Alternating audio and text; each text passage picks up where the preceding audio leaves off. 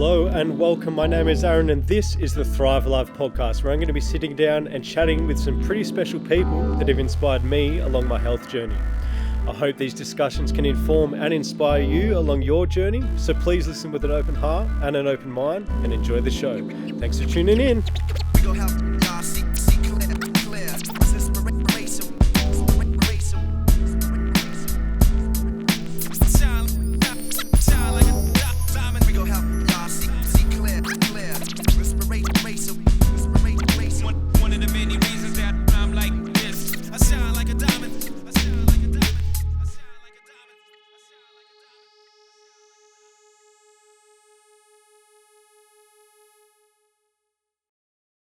So Sash, I like to start the podcast with this question.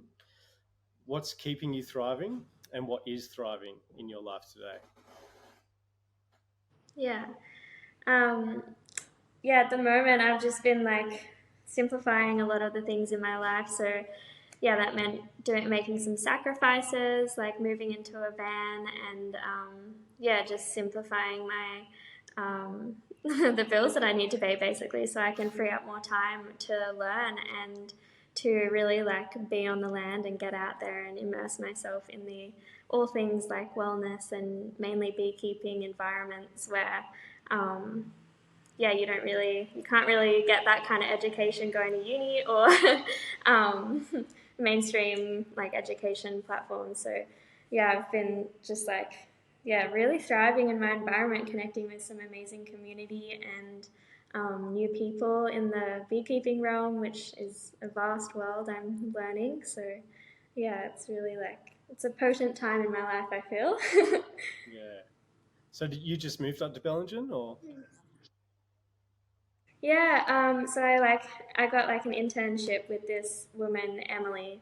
She owns a business called Embody, and I just had 1 week to decide, basically, and I just was like, this is it. And so I knew I wanted to set myself up a bit more freely to go and travel and move to where there is education to be had, and this was the first opportunity that came up. So I moved to Bella, and I'll stay here for the rest of the year and into the new year, and then I'm off again.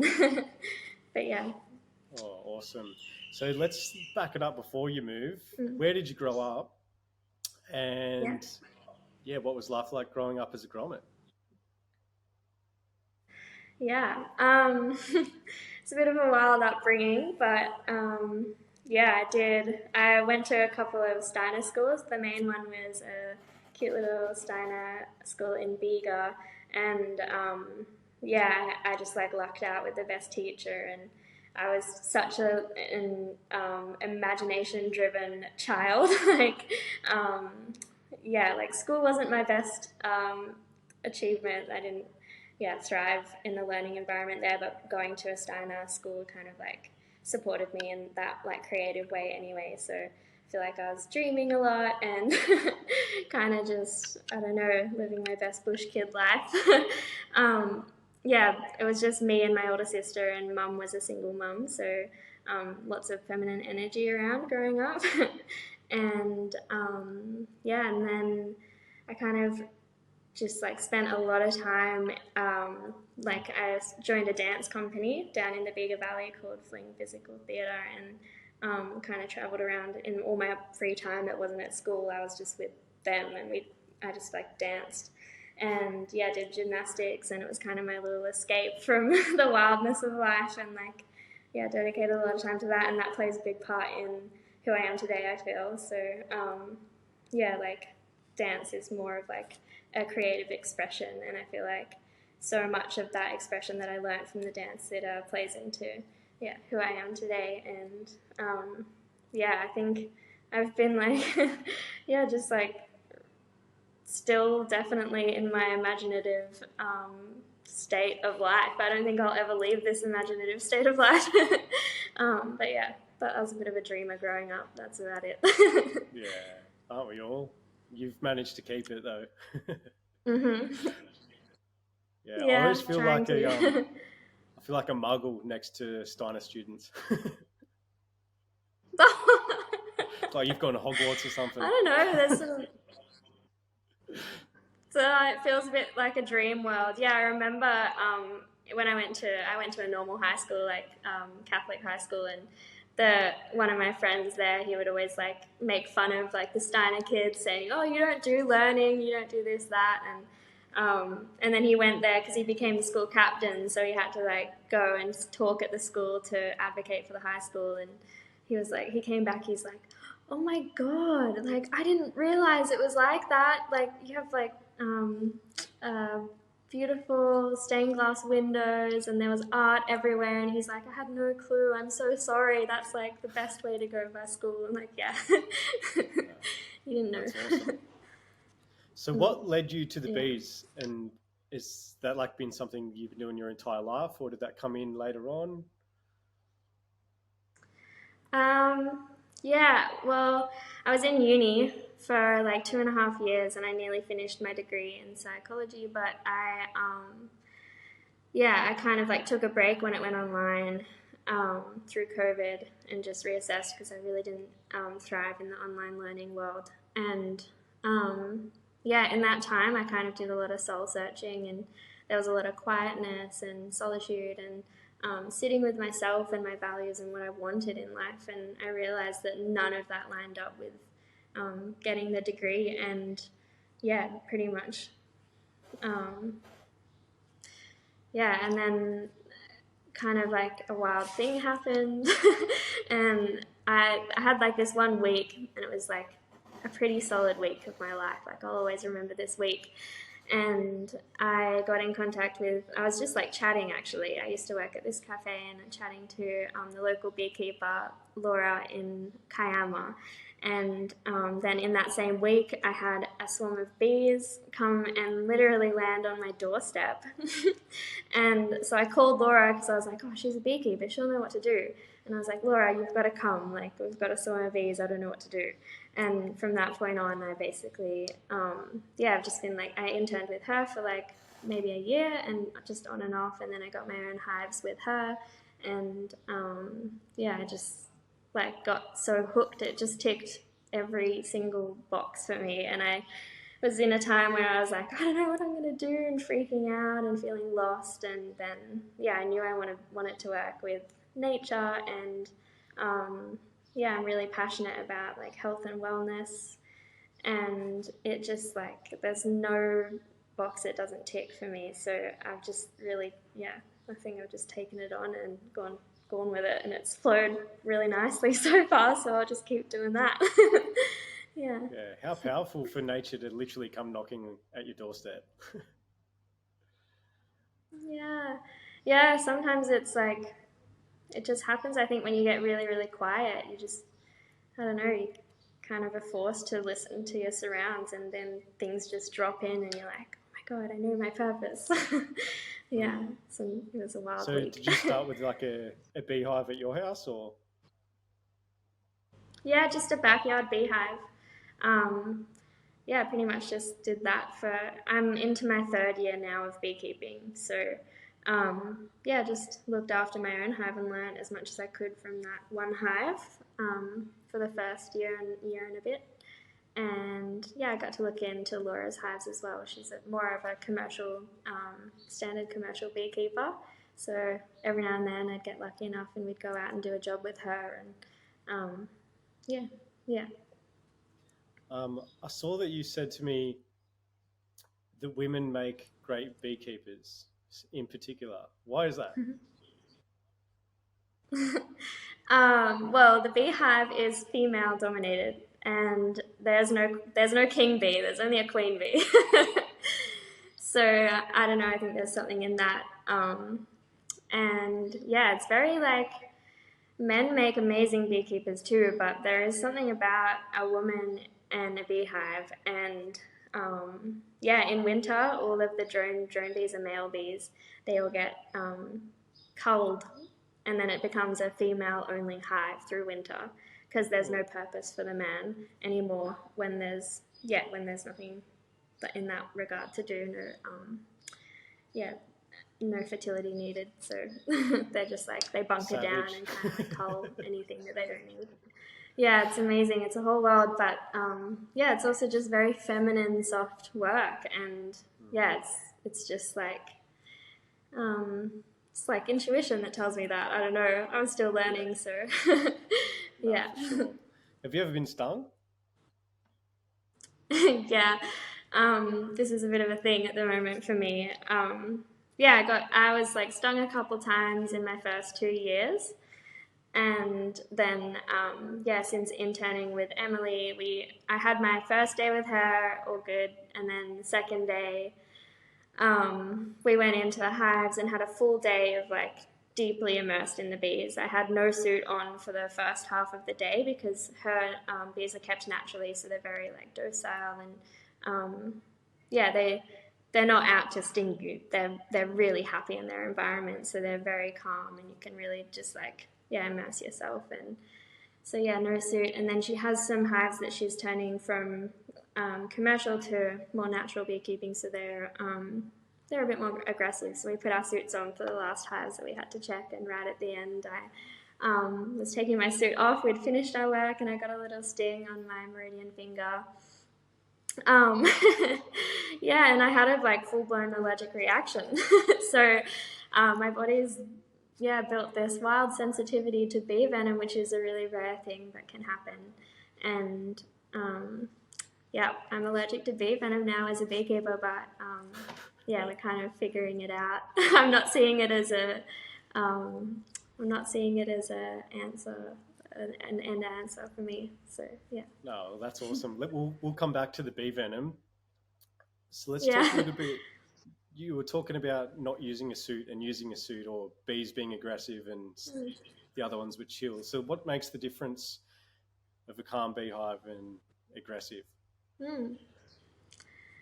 Yeah. So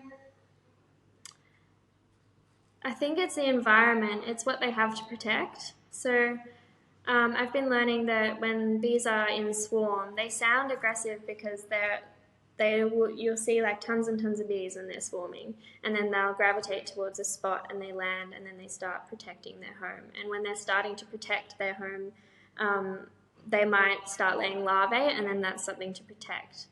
But when they're in a safe environment and they've got no larvae to protect, they like there's no reason to sting. They know, yeah, they're um, yeah, they're very intuitive, so they kind of just work like that. And if you're the way I'm learning with natural beekeeping is like you you can go in without a suit mainly because there's less work to do. The bees maintain the hives themselves, so you kind of go in with the perspective of how can I provide assistance and help rather than how can I disrupt and take and yeah. So commercial Control. beekeeping is predominantly, yeah, it's also seasonal. So certain parts of the season you can go in, and then in winter, like if you're going in winter or if you're going in after summer or during summer, sorry, there's a lot more movement and a lot more going on in a hive. So you probably do want to suit up. And even with natural beekeeping, it's like there's times when it's smart to just suit up because then you know that you're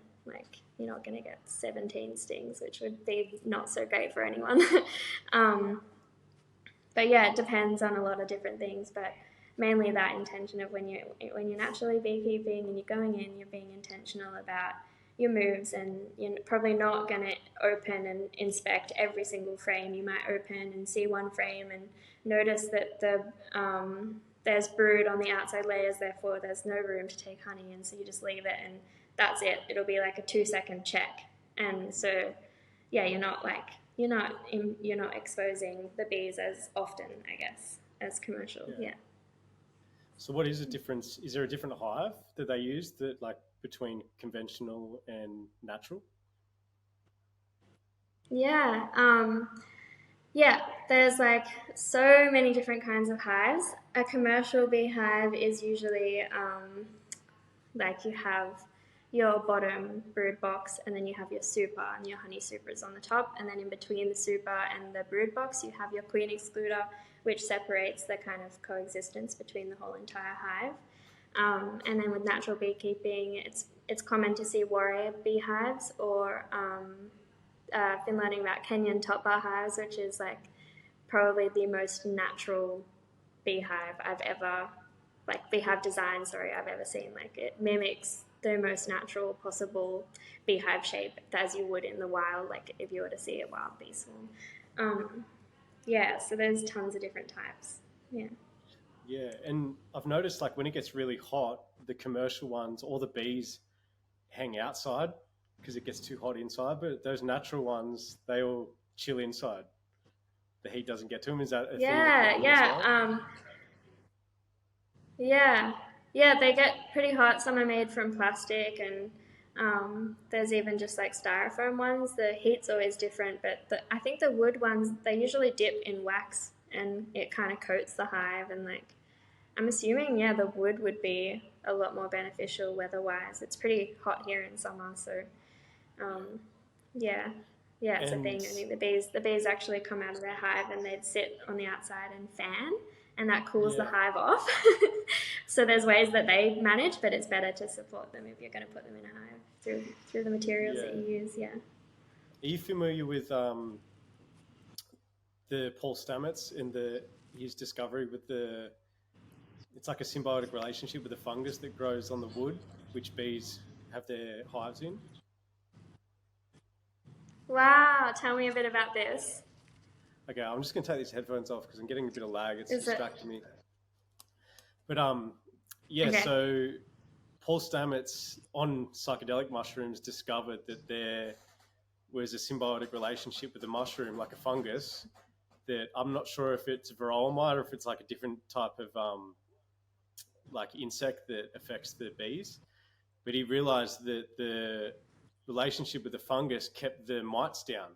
So he created this Mm. bee. It's called bee mushroomed, and it's like you put the fungal spores into the water, and then the bees come and drink it. And he gave like 10,000 out for free just so he could help the bee population. Yeah, I just thought that was cool. I thought you might know about it.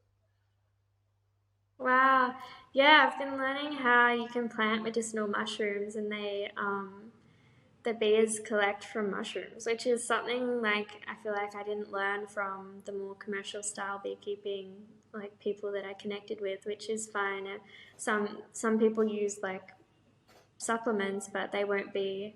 I didn't realize that like it's obvious, but when I was first learning, I was just like, oh yeah, so sometimes you need to give the bees like this kind of supplement, and it will be more like less natural. And now I'm learning like you actually just need a really diverse garden, and that includes mushrooms, that includes like tree sap, that includes so many different things, and that keeps the bees healthy. So yeah, it's amazing that I'll have to look into that. I haven't heard of much of Paul Stamets yet.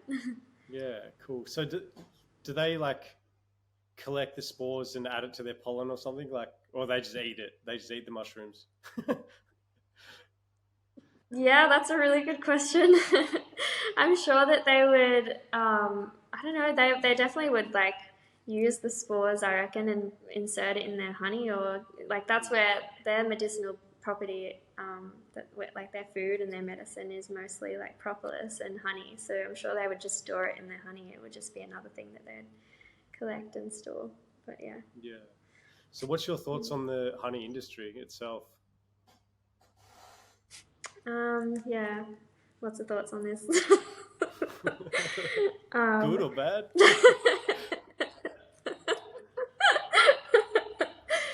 um, yeah, yeah. I think, like simply put, the value of honey, um, is not high enough. I think our value of honey, like I don't know, even just like little things like spreading honey on toast, it's beautiful, but it's like honey is pure medicine, and if it's like produced and collected correctly, it's like it should be the most revered, um, first aid medicine tool that you have in your cabinet. And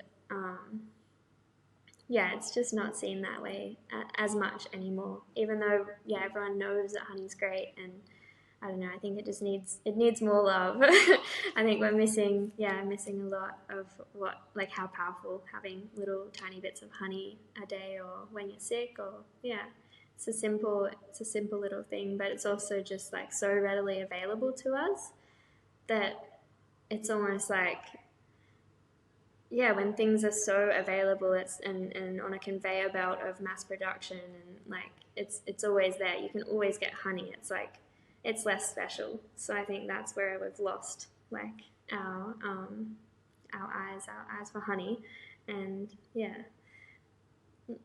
I What know else did I say? in America, like, I'm not sure if it's here in Australia, but maybe you do.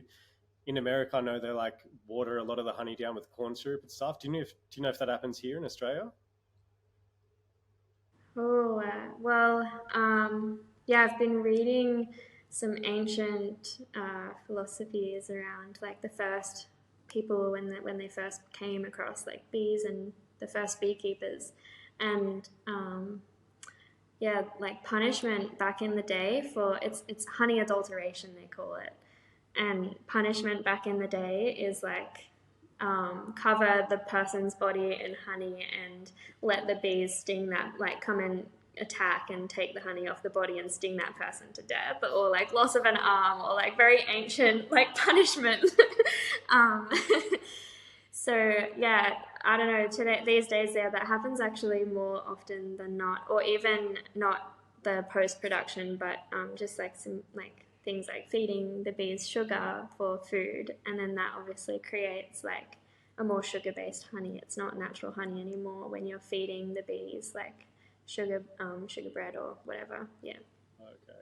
So do you want to yeah, it's a explain bit what the upsetting. difference is between holistic beekeeping to conventional? Like, I know we spoke about the boxes, but like, is what do you do differently to Mm. others?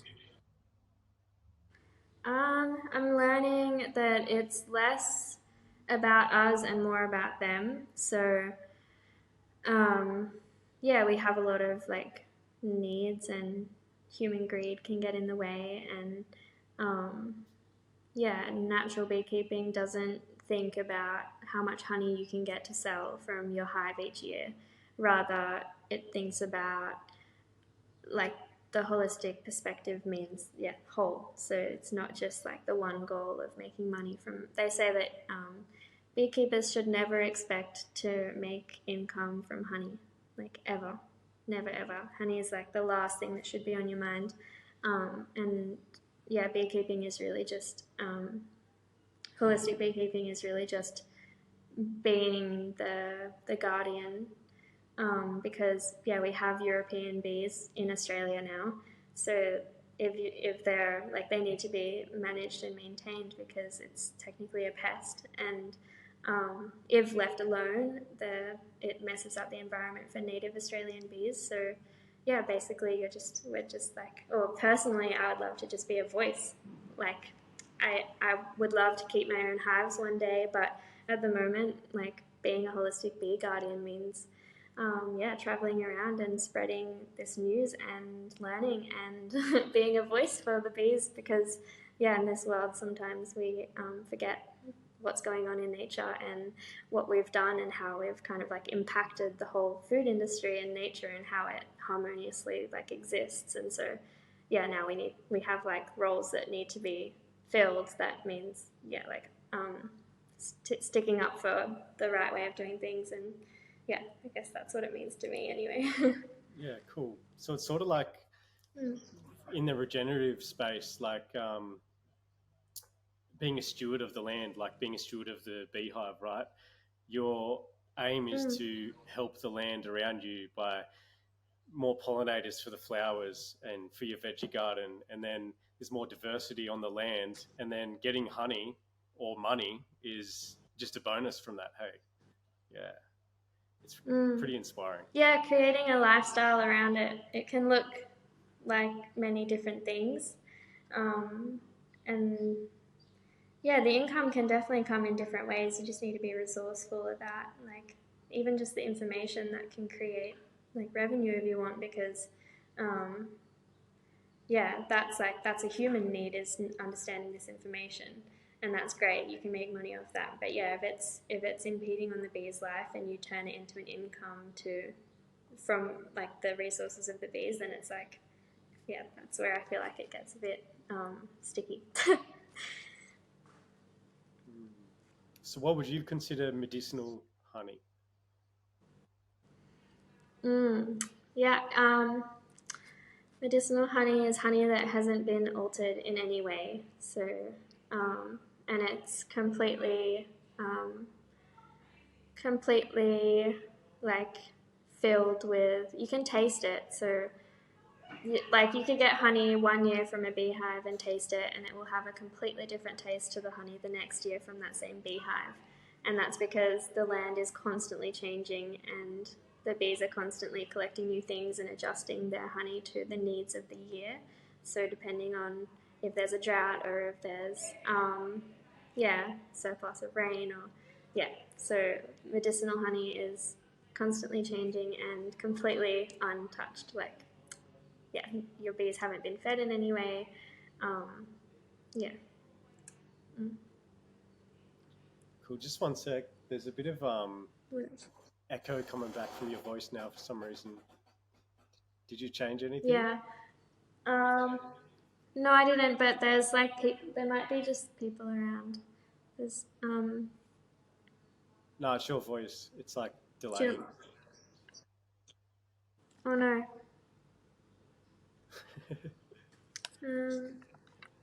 How about if I? Hang on. Let me chuck it onto my sound guys and let him see what he thinks. It could be internet reception. Oh, you're saying it could just be lag of the internet.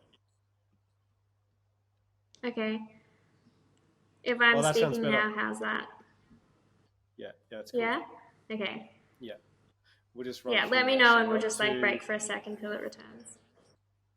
Yeah. Mm. Oh yeah. So coming back in. Make sure. So where were we at? Medicinal honey.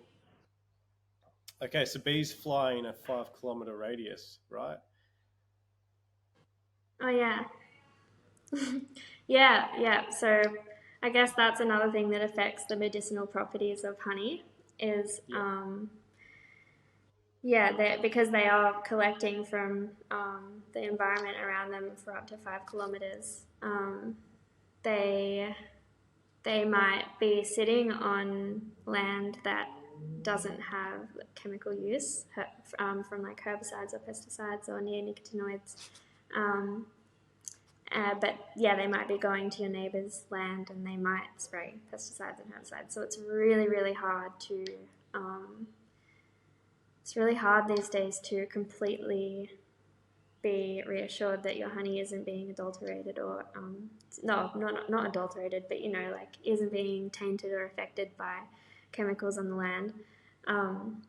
So the best way would be to like have a large patch of certified organic land, and that's how you know you're getting good quality honey, because you know that those bees are sticking within that range. But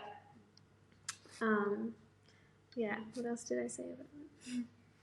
Yeah, it's hard these days. Like even to find, like I thought moving up to the farm would be easy to find organic food or organic meat, and it is so hard. Like being closer to farms, everyone uses chemicals up here. It is crazy. And yeah, what's it like in Bellingen? Are you seeing a similar thing when you've moved up there? It's pretty wild, isn't it? It makes you, it's a bit nerve-wracking when you realize, like, well, what is actually honey? Like, how do I actually get good quality honey then? In Bellingen, I'm so fascinated by the area here.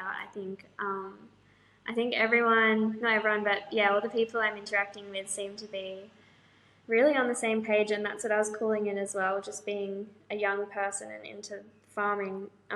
Back down where I was from in Gerringong and Kiama area, there's not a huge abundance for it. There's not a huge drive to actually like there's a lot of talk, but there's not a lot of action within the community to do all of these initiatives and I don't know, collaborations. And so that's what I was really calling in. And up here I've just fallen into the most amazing group of like I would call them land stewards or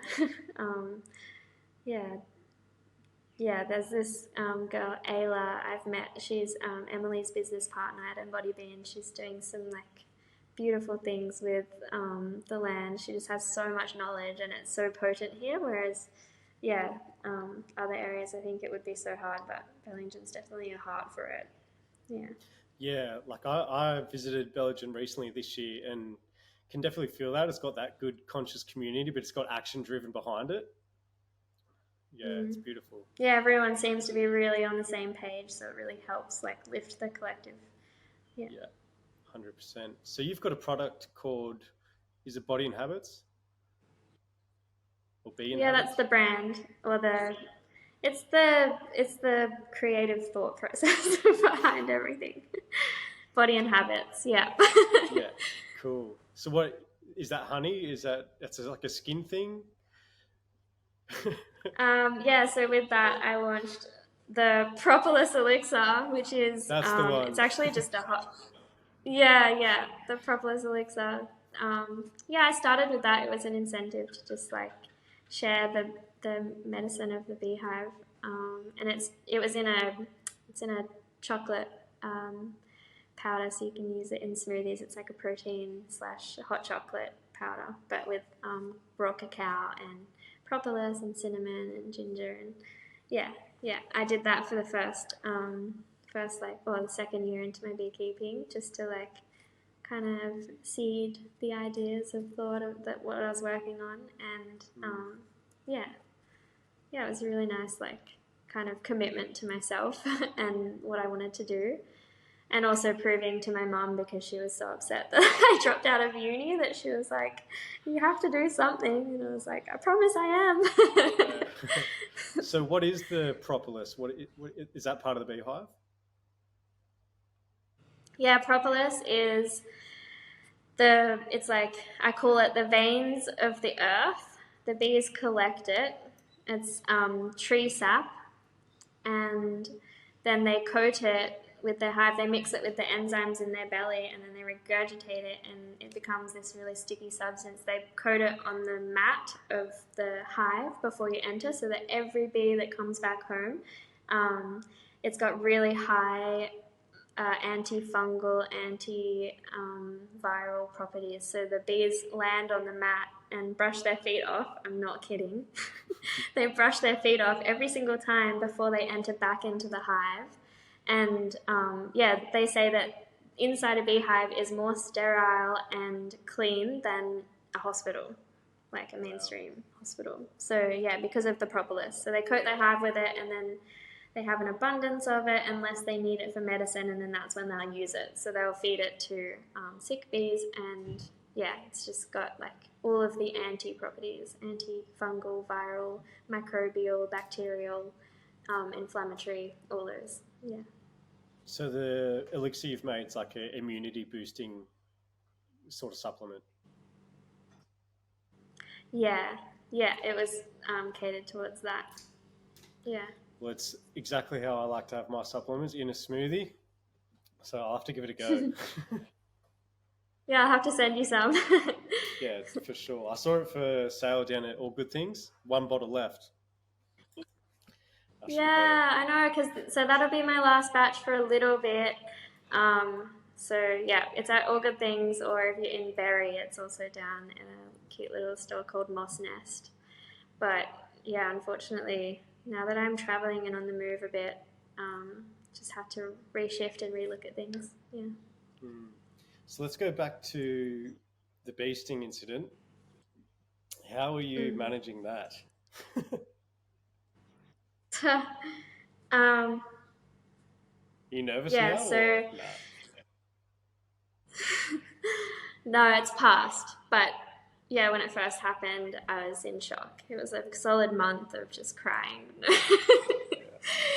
I was just a bit like, like it was my passion, and then all of a sudden I couldn't do it anymore. So, um, yeah, but yeah, so luckily it happened under the arms of Emily, who I'm working with currently, and she's done a little bit of apitherapy, and she's very well versed in all things nerdy bee world. So we've been just like yeah, experimenting with micro stings, which is something you can do in the hospital, or yeah, if you just want to, then you can take it into your own hands. And so I got a blood test, and found out what level I was in the allergy, the IgE test, and then we have just been working with microstings, which is called bee venom immunology. So it's just like reintroducing the venom at a very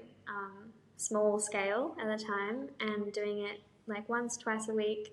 And it's, just a natural way of building up immunity. A lot of people have done it, and actually it's catapulted me into a whole new realm of like the bee world, where you can do bee venom therapy, and people are there's this girl, Brooke, she owns this brand called The Hill Hive, and she's doing some amazing things with Lyme's disease, empowering people with their own health, and people are healing themselves from incurable diseases, and it's fascinating, and I'm just been spending this time learning all about it, and I've been pairing the microstings with a somewhat antihistamine diet, just to lower the histamines. And I think it's also a bit of a reaction with like high stress. I've had a lot of like change, and I don't know, stress has always kind of been something that I've had to like manage myself and deal with, and it's actually been nice because I've had to really like focus on the things in my life that might be causing the stress, and like culling, and just like it's been this whole like healing journey again, I think.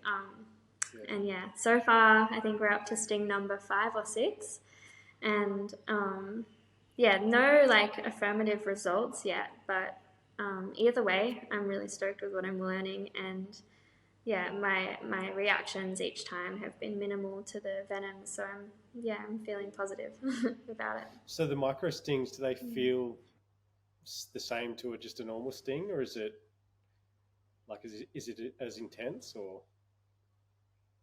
Yeah, it's really interesting. Each sting is different because each bee has different potency of venom, and so Emily will sting herself first, and then the sac gets passed on to me, and the sac will keep pumping the venom after it's been detached from the bee.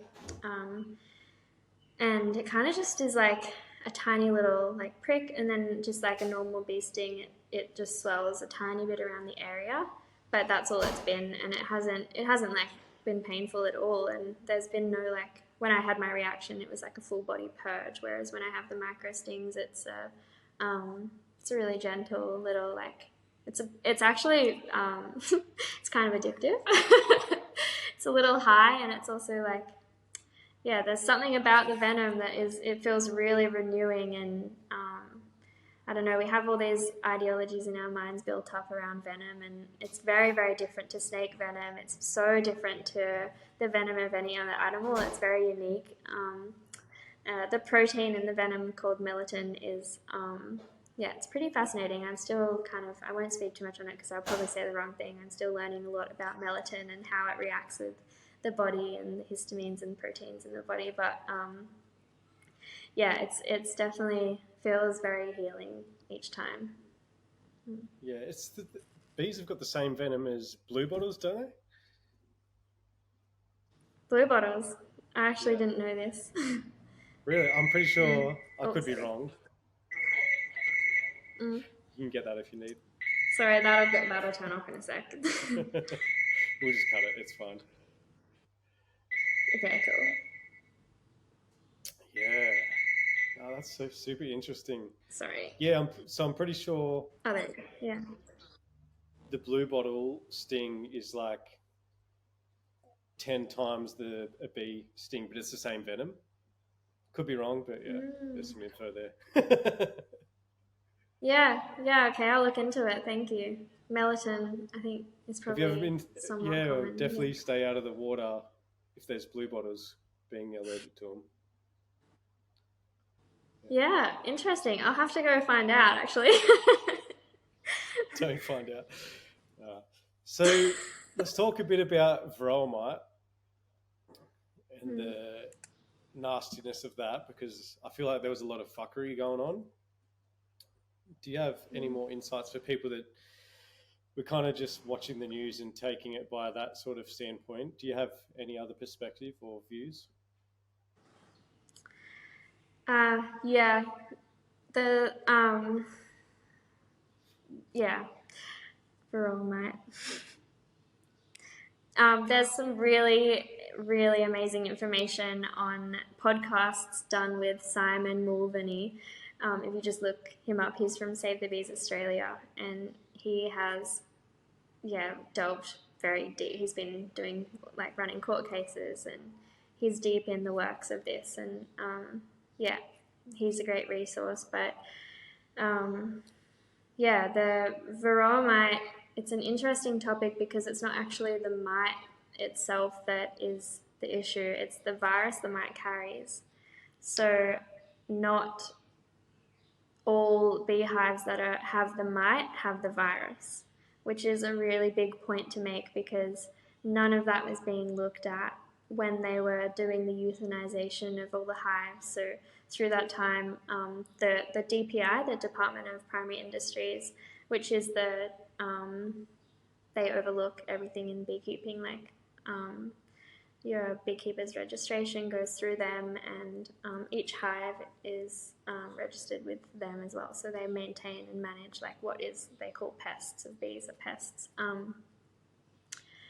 And so their way of dealing with varroa was basically to go out and euthanize all the hives. And there's no way that it's interesting, the timing. It's also very interesting to know the things that maybe some know about, like what happened with humans in COVID and the lockdowns, and then to go and look into the hives and kind of see like very, very similar things going on with the bees. And they're not treating it's always the same. These companies are never looking at companies or initiatives are never looking at the treating the whole. They're only looking at like maintaining the current, and then it always in turn creates something where they can then find a new revenue for a marketing like marketing a new chemical to help with varroa, which makes them so much more money. And it's very it's very greedy, and bees don't respond well to greed. And it's not going to work out well for them actually, because I just see it as it's the same with COVID. I just see it as this really beautiful time to reassess and kind of awaken around where we spend our attention and time. And did any of your bees get destroyed? No, my beehives at the time were far south coast New South Wales, so it was around Newcastle and pretty bad in Kempsey, and then northern Sydney as well. And it didn't reach the far south coast, but even still, so they've cancelled the euthanization of hives, which is great. It's good that because otherwise I think a day before they stopped the eradication program, they called it, they had marked I think about 30 or 40 hives just in Kempsey. There's an Indigenous farm there of bees, and they had marked all those hives to be euthanized. And so we were going to go out and protest before that happened, but the day before they cancelled it. So that was really great news. But still, now we've got pretty much trauma, because these people with these farms, who I think it was 30,000 hives that were eradicated, all up around that number. And now, all these people are pretty much in devastation, and that's their business, their livelihood. And So how many bees can fit in a hive? How many bees? There's thousands. It's different. It's always changing for each hive, but 30,000 beehives. Yeah, how much is that? That's a lot of bees. Wow. I live North Sydney in the Hunter Valley, and I maintain lawns on some of the properties up here, and I just witnessed so many healthy bees just get destroyed, and it was heartbreaking. And to watch the people Mm, that take care of them just sit back and not be able to do anything, yeah, it's sad, mm. sad time. It's almost like a little like they've. I think they've. I don't know. It just seems like how could you in your right mind do that? And it just seems like something's not quite right. Like there's some sort of power trip, or like I don't Mm. know. They are getting away with it, aren't they? So it's like it's something to think about. That's for sure. Yeah, like how do you be in that industry, that job where you just rock up and destroy someone's bees? Like, surely you know, like in here, that that's the wrong move. But yeah, some people Surely, we can't. People just don't know what they don't know, you know. yeah, Mm. yeah, yeah. So true. Yeah. So are you bringing out any more products to flash at your mum?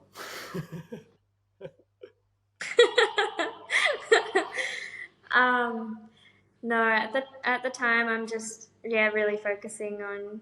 I feel like there's a lot more important things to do than releasing products right now, and um, yeah, I just really want to. I'll be running a campaign in January just to. I've got a new little project I'm working on just to like help conserve the bees' rights, and um, that basically just means healing humanity and letting the bees be. That's how I'm kind of campaigning it. But yeah, it's going to take me overseas, which is a bit exciting. I'm going to just, start like running little campaigns to kind of support other people doing this. And then for me, it's just a nice way for me to travel, explore the world, and kind of, still do what I love doing. Um, so yeah, no products, but a lot of passion still. Still kicking goals. Yeah. to, yeah, So yeah, you mentioned Emily before. Is that the girl from Embody B, or is that someone different? yeah. Emily Forrest, she's the owner of Embody Bee, and yeah, she used to work with Simon from Save the Bees Australia. Yeah, I So thought if we those just two, shout her out I've been, because you mentioned her name before. So yeah, from Embody Bee. That's where you can find some really, really beautiful apothecary, beehive health healing tools. She's done an amazing job at getting the healing properties from the hive to the people, which is like humankind become beekeepers for a reason. Like we didn't discover this for no reason. We've evolved to do this, and it's healing tons and tons of people, and it's medicine like no other. And yeah, when you think you might need to resort to um, a less natural product from the chemist, think again, because I can guarantee you that something will be found in the beehive that can do just as good or even better than like some sort of man-made. Not that there isn't a place for man-made medicine, but just that there's more medicine from the land than what we think. And Emily's doing that. There's her online store is just Embody Bee, and there's also a little code if you want. You can use it's honeyed Sash. You can use that code if you want to get like a percentage off. But yeah, she's she's got a beautiful store. oh, that's awesome. Well, I'm Mm. sure it's just running out of time here, and I've got to get back on the road. But is there anything else you wanted to share um, on bees or how we can help? I remember you saying before we did the podcast that the bees don't need saving; we actually need saving. Yeah, I've been playing on that slogan for a bit now. I think that the bees the bees were doing great before we came along, and that's usually the case. So I think it's just I think I'm coming out with a lot. I've been working a lot on just some writing pieces. So if you wanted to stay informed and in contact, you can follow like Save the Bees Australia, where I'll be like helping to run little campaign videos, and then also just my own page, which is just Queen Bee Habits, and yeah, that's where I'm basically just going to be sharing all of the things that I learn and collaborating and just really advocating the whole bee world. Well, I'll So have to. I feel like we've spoken so much. Thank you so much for Yeah. the opportunity to get nerdy and share my thoughts. No, that's all good. I was just going to say, like, I'll have to do a road trip up to Bello and come visit and see what you're doing, and then maybe do another podcast in person. This is my first one doing in Zoom. So distracting hearing like Yeah, the reverbs and stuff and the delay, but yeah, it's yeah. still been great. I It's been love the awesome. online world. Yeah, I love the online world, but I also it's can be really restricting. But yeah, I'll be here for a bit, so yeah, please come visit. That'd be great. Yeah, awesome. Well, where can people find you? Um, oh, my website maybe for like the broader, yeah. My website's just bodyandhabits.com.au. Very simple. And then I'm most active on my Instagram, which is at Queen Bee Habits. That's probably the best place to find like most recent information, and yeah, I'm dedicating that space entirely to wellness and the bees. So that's the best space for now. Yeah. And you can find me out in the world at the next best farm. Yeah. I'll be there. We'll see you there. This has been great, Sash. Thanks so much. And Thank you so much for chatting. And yeah.